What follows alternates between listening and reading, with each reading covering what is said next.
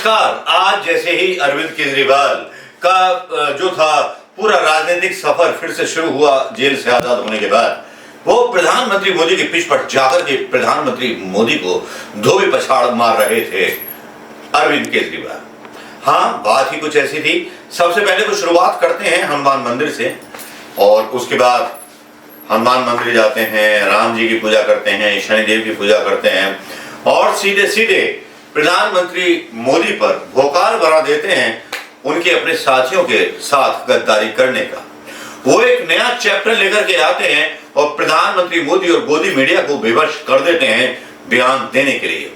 जिस तरह से वो बयानों में घेरते हैं, उस आक्रामकता से शायद कांग्रेस नहीं घेर पाती, क्योंकि जो बयान आज अरविंद केजरीवाल ने दिया, वो बयान 11 तारीख को ऑलरेडी रेवन्ना दे चुके थे, तेलंगाना के मुख्यमंत्री। लेकिन आज धार लगाते हुए यूपी के अंदाज में, हिंदी के अंदाज में जिस तरह से अरविंद केजरीवाल ने पूरा पार किया प्रधानमंत्री मोदी और अमित शाह पर, जैसे झलझला गई, बिलबिला गई भारतीय जनता पार्टी की पूरी वो टीम जो आशा लगाए बैठी थी। प्रधानमंत्री मोदी भी अब दावा करने लगे कि विपक्ष 50 पे निपट जाएगा। लेकिन भैया 50 और रियलिटी क्या है ये तो जनता बताएगी। लेकिन प्रधानमंत्री मोदी दावा कर रहे हैं 400 पार, तो वो ईवीएम के बल पर कर रहे होंगे। राहुल गांधी ने भी अपने एक बयान में बोला है कि अगर ईमानदारी से चुनाव हुए तो प्रधानमंत्री मोदी जी 150 से ज्यादा सीटें लेकर के नहीं आ पाएंगे। राहुल गांधी और अरविंद केजरीवाल का जो विश्लेषण है वो एक तरह से आसपास ही है। अरविंद केजरीवाल ने 210 से 30 के बीच में बोला है और राहुल गांधी ने 150 से 180 के बीच बोला है। चलिए, कुछ चतुर पॉलिटिशियन होते हैं और चतुर पॉलिटिशियन के रूप में अरविंद केजरीवाल ने जेल से बाहर आते ही हलचल मचा दी है। एक दिमागी पीड़ा दे दी है अमित शाह को और बीजेपी के नड्डा को। आज सारे लोग ये सफाई देने में लगे रहे कि जो अरविंद केजरीवाल ने सवाल किया है वो गलत है, वो नहीं करना चाहिए था। और वो सवाल क्या था? क्योंकि सवाल ये था, सवाल उन्होंने मेन तो ये उठाया कि 75 साल की उम्र में पता नहीं कितने नेताओं को टिकट नहीं दिया गया। 75 साल की उम्र प्रधानमंत्री मोदी ने खुद डिसाइड की थी कि इसके बाद आदमी जो है रिटायर हो जाएगा। तब प्रधानमंत्री मोदी अगले साल 75 साल के हो जाएंगे तो वो रिटायर हो जाएंगे। तब फिर क्या वो अमित शाह के लिए वोट मांग रहे हैं? तो मोदी जी की गारंटी कौन पूरी करेगा? उन्होंने एक ऐसा मतलब आकलन पेश किया था अरविंद केजरीवाल ने और वो आकलन बीजेपी के गले की हड्डी बन गया। पूरे दिन भर मीडिया में बस यही चलता रहा, सारी खबरें धूमिल हो गई। राहुल गांधी ने भी जिस तरह से एक्सेप्ट किया था नौथा डिबेट का, वो शायद भारतीय जनता पार्टी के मुंह पे तमाचा था। मतलब झटके पे झटके लग रहे हैं, चाहे केजरीवाल दे रहे हो चाहे राहुल गांधी दे रहे हो।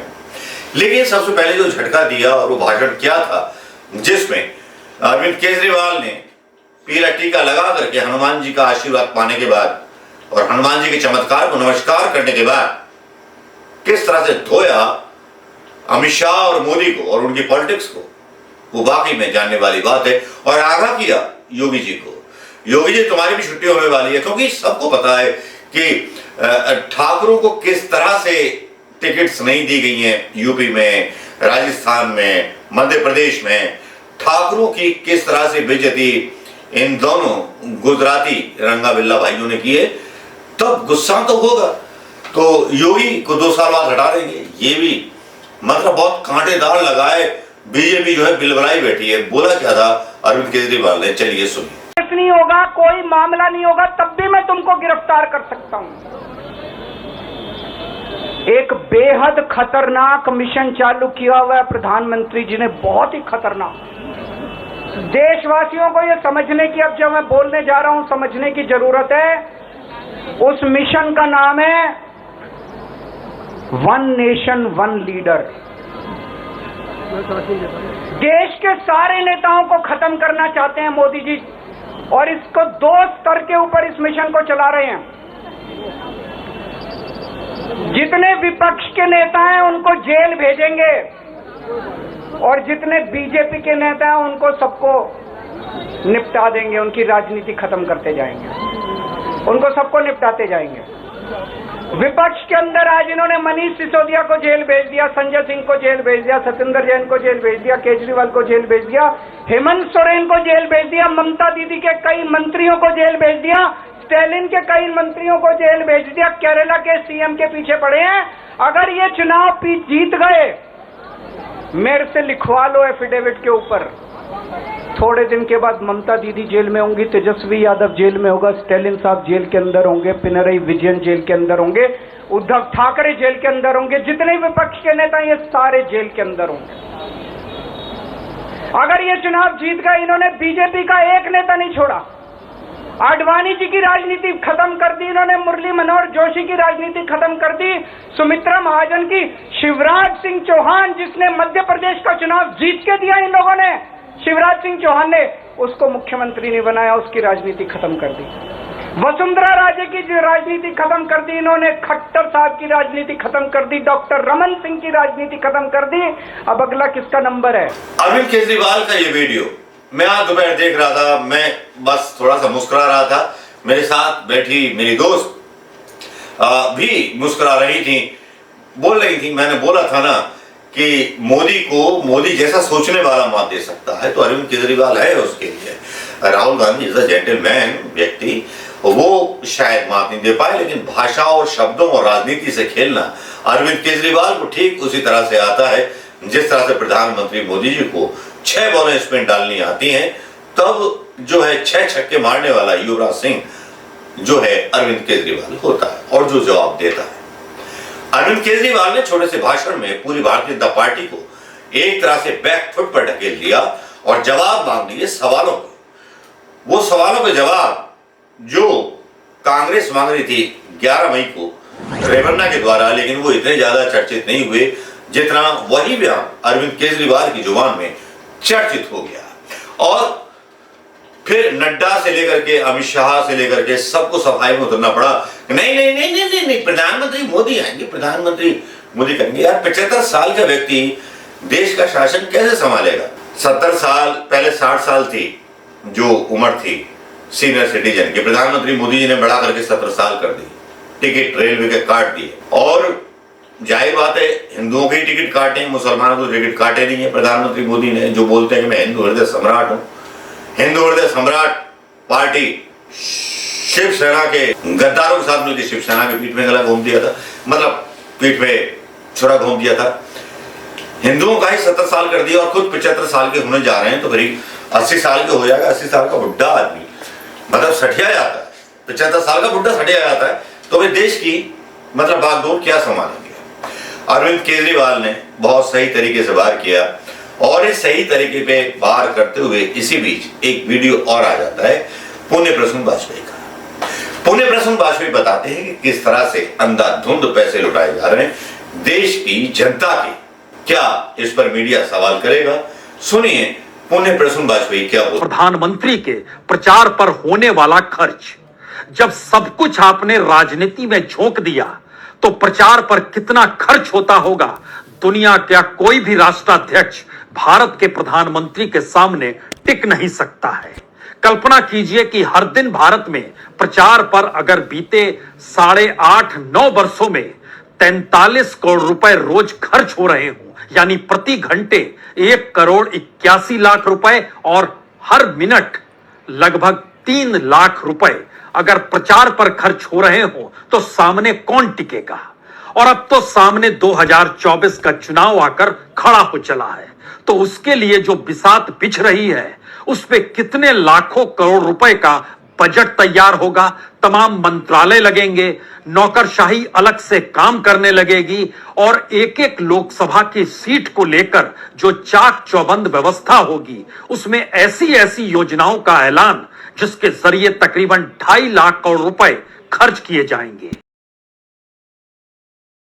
ये वीडियो आपने पुण्य प्रसून वाजपेयी का सुन लिया होगा और उसके बाद आप बताइए कि पुण्य प्रसून वाजपेयी बोल रहे हैं कि 3 करोड़ या मतलब कई सारे आंकड़े वो दे रहे हैं पर मिनट पर घंटे खर्च हो रहे हैं प्रधानमंत्री के प्रचार पर। तब क्या ये देश की जनता की जेब से नहीं जा रहे? क्या हिंदुओं की उस जेब से नहीं जा रहे जो हिंदू बहुसंख्यक हैं, जिनको बोल रहे थे कि हिंदुओं की आबादी कम हो गई, शायद पैसा कम पहुंचने लगा होगा।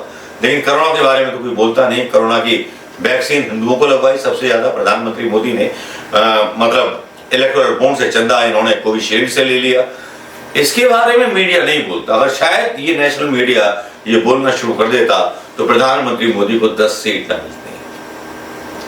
सही बात तो ये है कि ईमानदार मीडिया 2014 में हुआ करता था, जब वो मनमोहन सिंह का गरिबान पकड़ करके सवाल पूछता था और अरविंद केजरीवाल का वीडियो सोशल मीडिया पर वायरल होता था, जिस पर सवाल उठाए जा रहे हैं बीजेपी के द्वारा कि सोनिया गांधी को कितनी गालियां देता था अरविंद केजरीवाल। लेकिन जिस तरह से अरविंद केजरीवाल ने गालियां दी, अगर प्रधानमंत्री मोदी को कोई गालियां दे देगा तो क्या वो जिंदा बचेगा?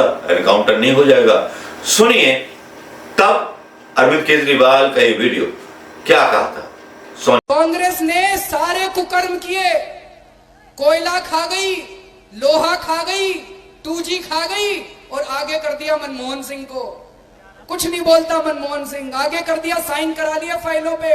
ये सुन लिया होगा, लेकिन कांग्रेस की सरकार थी उस समय, लेकिन कुछ इस तरह का एक्शन नहीं लिया था। ईडी, आईडी, सीबीआई कुछ ऐसे केस या छोटे केस नहीं लगाए थे अरविंद केजरीवाल पर। उस लोकतंत्र की खुली सरकार ने, जिसका नाम था मनमोहन सिंह सरकार, मनमोहन साहब को भी तू मैं करके बोल रहे थे, अपनी मर्यादा भूल गए थे अरविंद केजरीवाल। और मैं आपको बता दूं, अरविंद केजरीवाल की जो जमानत कराई वो कांग्रेस के ही नेता अभिषेक मनु सिंघवी ने कराई। आज मतलब दुख इस बात का हो, बहुत सारे नेताओं का नाम दिया अरविंद केजरीवाल ने, लेकिन राहुल गांधी को भूल गए। तो क्या ये बीजेपी की टीम है जो इंडिया गठबंधन में घुसा दी गई है, ये फिर कोई खेला करेगी? अरविंद केजरीवाल पर विश्वास करने का मन तो नहीं होता, लेकिन इतना जरूर है जिस तरह से रिएक्शंस अरविंद केजरीवाल के भाषणों पर आ रहे हैं, तो शायद लग रहा है कि बीजेपी ने बहुत बड़ी तैयारी सेकंड डोर हारने के डर से कर रखी है। शायद बीजेपी भी समर्थन कर दे अरविंद केजरीवाल का देश के अगले प्रधानमंत्री होने का। राहुल गांधी, बाकी के लोग हाथ मलते रहे हैं। बातें बहुत हैं। अरविंद केजरीवाल जितने शातिर राजनीतिज्ञ हैं, उनकी IQ का लेवल का अंदाजा लगाना बहुत मुश्किल है। जो अन्ना को धोखा दे सकते हैं, क्या वो कांग्रेस को धोखा नहीं देंगे? या जैसा कि मैंने बोला कि जिस तरह के बयान उन्होंने दिए थे और बीजेपी वाले इसको चला रहे, क्या सार्वजनिक रूप से सोनिया गांधी से और मनमोहन सिंह से माफी मांगेंगे अरविंद केजरीवाल? क्या कोई कांग्रेस ने ऐसी शर्त रखी है? नहीं रखी होगी, मैं जानता हूं नहीं रखी होगी। कांग्रेस के लोग जो शरीफ होते हैं वो शरीफ होते हैं, और जो वाकई में पैदाइशी नेता होते हैं, जिनके दिमाग में सियासत का कीड़ा प्रधानमंत्री की कुर्सी तक का कुल बढ़ रहा होता है, वो इस तरह की बात करते हैं। राहुल गांधी के सामने तो कुर्सी पड़ी थी, ठोकर मार दी थी। सोनिया गांधी के सामने कुर्सी पड़ी थी, ठोकर मार दी थी। ठोकर मारना, किसी भी सिंहासन को ठुकराना बहुत मुश्किल होता है। वो राम जैसे चरित्र के, भगवान राम जैसे चरित्र के अंतर्गत आता है। नमस्कार, जय हिंद दोस्तों। वीडियो कैसा लगा और जिस तरह से खलबली मची है बीजेपी में, इसकी बारे में आपकी क्या प्रतिक्रिया है? और पुण्य प्रसून वाजपेयी का जो वीडियो डाला उस पर आपकी क्या प्रतिक्रिया है, बताइएगा जरूर। नमस्कार, जय हिंद।